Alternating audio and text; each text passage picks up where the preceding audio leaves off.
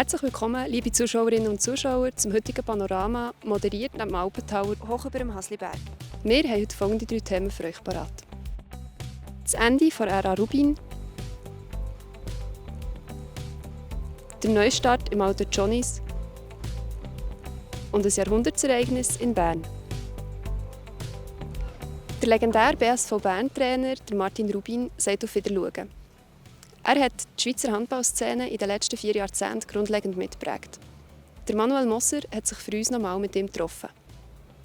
Wenn deine Karriere als Buch zusammengefasst wird, was dort schon ein Buch für einen Titel geben? Ja, gut. Das würde ich sicher nicht geben. Wir können jetzt Freude herrschen sind. Das würde ich sicher nicht geben. Es muss irgendetwas haben, das mit Spass und mit Freude und mit Leidenschaft zu tun hat. Und ich finde, auch ohne Freude so etwas zu machen, das geht nicht. Und das war für mich zentral. Und ja, irgendwie die Freude am Spiel oder so etwas.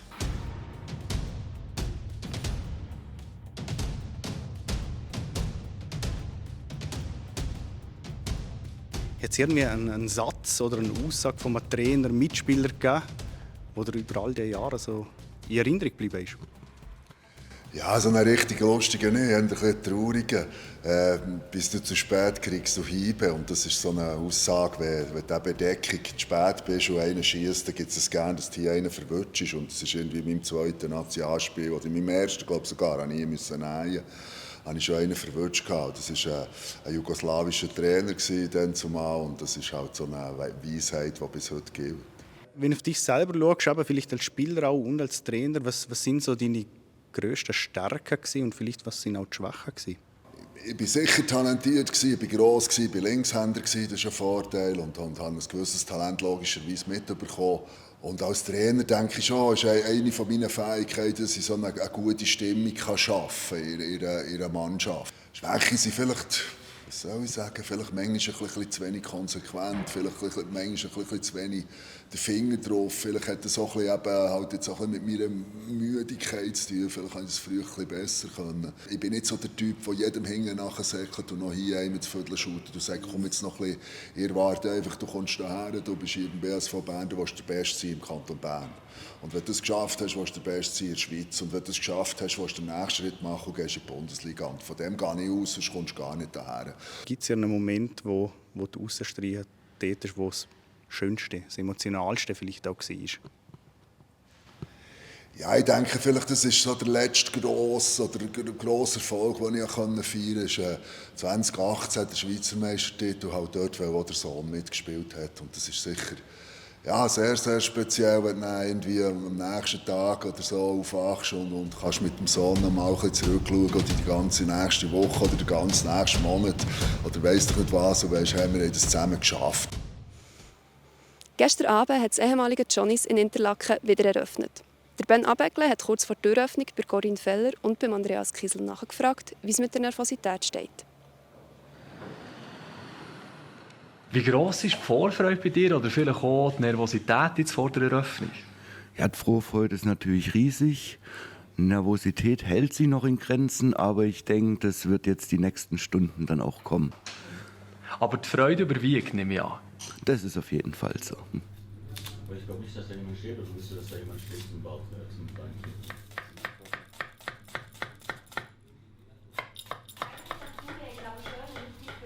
Wie ist die Vorbereitung gelaufen? Ist es stressig geworden oder ist es einigermaßen gegangen?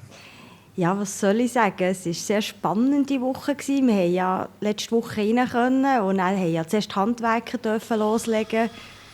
Und schlussendlich hat es auch Kleinigkeiten gescheitert. Oder nein, es hat dann schon noch geklappt, aber nicht ganz so, wie man geplant hat.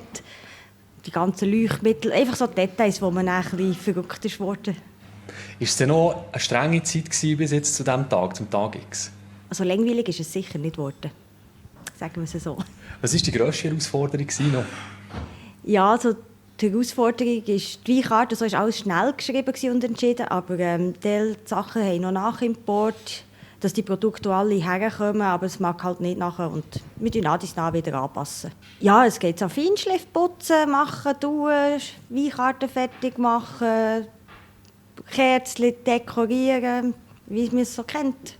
Das ist wie wenn man daheim umzieht, die Kartons sind auspackt, jetzt muss man es noch verräumen.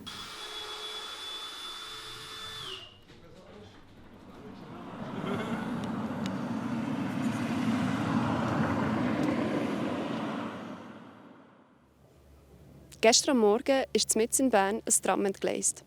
Heute ist das natürlich immer noch Stadtgespräch und viele Fragen sind noch offen. Der Mediensprecher von Bernmobil hat mit Daniela Dambach geredet über das Jahrhundertereignis, das Bernmobil beschäftigt. Auch emotional. Ja, das Ereignis hat ganz Bernmobil bewegt und bewegt uns auch heute noch. Es ist, ja, man kann fast sagen, ein Jahrhundertereignis. So eine Tramentgleisung haben wir in den letzten Jahren noch nie gesehen. Und ja, darum sind wir immer noch sehr stark emotional mit dem beschäftigt. Ja, als ich am Morgen früh an die Zeitglocke gekommen bin, war es wirklich fast ein surreales Bild.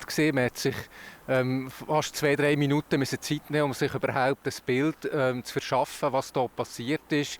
Weil das Tram ist natürlich an einem Ort gestanden, wo es keine Schiene hat und wo normalerweise kein Tram steht. Und bis man da überhaupt verstanden hat, was wirklich passiert ist, hat es ein bisschen Zeit gebraucht. In der Medienmitteilung von der Kapo Bern hat es geheissen, ein gesundheitliches Problem beim Fahrer könne nicht ausgeschlossen werden. Das heisst ja alles und nichts und heizt die Spekulationen weiter an. Was haltet ihr von dieser Aussage? Das ist sicher eine Frage, die im Zentrum der Untersuchungen steht. Aber da müssen wir jetzt eben die Untersuchung abwarten, was denn wirklich die Ursache von dieser Tramentgleisung war. Unsere Fahrerinnen und Fahrer müssen regelmäßig medizinische Eignungstests machen. Das ist auch gesetzlich vorgeschrieben. Das ist alle 5 Jahre, ab 40 sogar alle 3 Jahre und wenn man 60 ist, sogar alle Jahre. Wird folglich der Fahrer von dem verunglückten Tram mit keinen Konsequenzen müssen rechnen? Um das definitiv zu sagen, müssen wir natürlich jetzt das Ergebnis der Untersuchungen von der Polizei und von SUST abwarten. Aber nach aktuellem Kenntnisstand hat der Fahrer von unserer Seite nichts zu befürchten. Vom Fahrer zum Tram. Was passiert jetzt mit dem Unglücksfahrzeug? Das Tram ist in die Werkstatt vom Eigerplatz gebracht worden, wo ihr im Hintergrund seht. Das Tram wird jetzt dort natürlich untersucht, auch von den Untersuchungsbehörden. Und wenn es dann definitiv freigegeben worden ist, wird das Tram geflickt und kommt wieder in fahrplanmäßigen Einsatz. Woher fahrt ihr heute noch mit dem Tram? Ja, sehr wahrscheinlich vom Eigerplatz am Bahnhof. Ja, das Tram ist nach wie vor eines der sichersten Verkehrsmittel. Also ich glaube, auch unsere Fahrgäste und auch ich, wir dürfen dem Tram weiterhin sehr vertrauen. Das war es auch schon wieder mit unserem heutigen Panorama. Die ausführlichen Artikel zu allen Themen findet ihr auf unserer Webseite und im App www.plattformj.ch. Jetzt seht ihr noch das Wetter mit unseren Kolleginnen und Kollegen von Meteo News. Merci vielmals fürs Zuschauen und bis gleich. Das Wetter wird euch präsentiert von Made in Bern.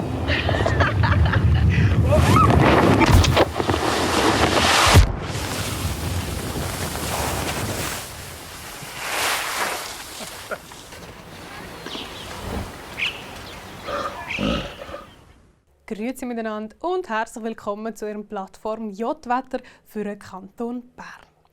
Der Start im heutigen Tag war grau. Die Wolken haben sich zum Teil wirklich heben. Wir sehen es auf dieser Aufnahme von Thun. Spätestens aufs Wochenende hin erwartet uns jetzt aber bereits wieder viel Sonnenschein. Der Grund für die vielen Wolken war eine Kaltfront vom Donnerstag, die dann eben auch am Freitag noch für viele Restbewölkung gesorgt hat. Jetzt bestimmt aber immer mehr ein Hoch mit Zentrum über dem Atlantik unser Wetter und sorgt dann eben auch dafür, dass immer trockenere Luft zum Alpenraum gelangt. Ja, und das Hoch, das bleibt uns jetzt auch über das Wochenende erhalten. Zum Start in Samstag hat es dementsprechend vor allem im Seeland zum Teil ein paar Nebelfelder. Sonst starten wir mit viel Sonnenschein in den Tag und nach einer klaren Nacht ist es doch recht frisch mit Temperaturen um den Gefrierpunkt. Bis zum Samstagmittag kann sich der Nebel auflösen und macht also den Sonnenplatz. Vor allem entlang vom Jura, da hat es zum Teil noch ein paar Wolken am Himmel, die sind dann doch aber eher dekorativ. Dazu gibt es Höchsttemperaturen von 8 bis 11 Grad. Das ist für die Jahreszeit eher mild. Vom Sonntag bis am Mittwoch hat es am Morgen Richtung Seeland zum Teil Nebel- oder Hochnebelfelder. Die lösen sich im Verlauf des Tages aber meistens auf und dann wird es recht sonnig. Am Montag ist es wohl schon vom Morgen her recht sonnig. Da haben wir nämlich eher wenig Nebel. Am Dienstag und am Mittwoch hat es gerade Richtung Norden zum Teil auch tiefe Wolken am Himmel. Am Donnerstag ist es bewölkt, aber nur lokal mit ein paar Tropfen zu rechnen. Sie sehen, es bleibt auch in den nächsten Wochen mild. Die Temperaturen liegen bei 10 bis 12 Grad. Und was mit dem Wetter hier weitergeht, erfahren Sie wie immer an dieser Stelle. Danke vielmals fürs Zuschauen und bis zum nächsten Mal. Adieu miteinander.